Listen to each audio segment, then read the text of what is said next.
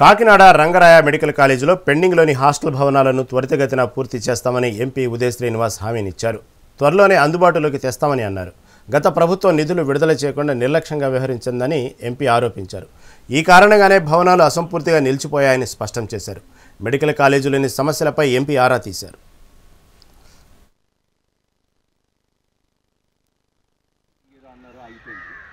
అవన్నీ కూడా సేమ్ అదే స్టేజ్లో ఉన్నాయి. బాయ్స్ హాస్టల్ కూడా అది కూడా దీంట్లో ఏంటంటే ప్రిన్సిపల్ మనకి 25 crores 22 crores సంథింగ్ అంతవరకు ఫండింగ్ ఉందన్నారు.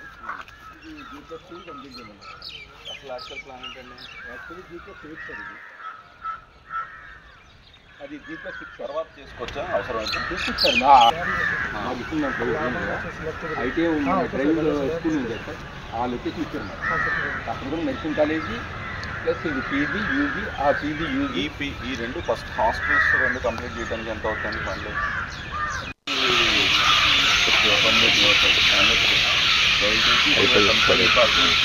ఫాలో అయితే మీరందరూ ఎక్కడి నుంచి వచ్చిన వాళ్ళు?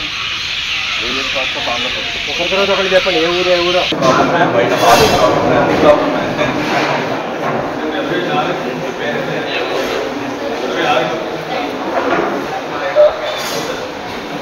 My brother is also a cardiologist. He is MBBS. Diabetologist. Then there was MD, General Medicine. Pondicherry College. Mahatma. Chikmagalur. Chikmagalur is Mahatma Gandhi College. Beautiful infrastructure college. Amazing campus. So we will create my best effort to have your campus life as a beautiful life. So you must always have fun in the college. 10th compulsory చదవాలి. మీరు state వచ్చారండి అంటే అది 9th holiday enjoy చేయకుండా 10th చదివేసింది. తర్వాత 10th అయిపోయిన తర్వాత inter అయిపోయిన తర్వాత చేయండి.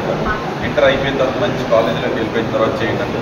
మంచి కాలేజ్ అయిపోయిన తర్వాత మంచి జాబ్ వచ్చిన తర్వాత కష్టపడి కానీ ఎంజాయ్ చేస్తూ చదువుకున్నాడు అంతే. You won't get it back. So you must have a beautiful college life, pleasant college life, have fun, play sports, go to trek, beach, లోపలికి వెళ్ళకుండా.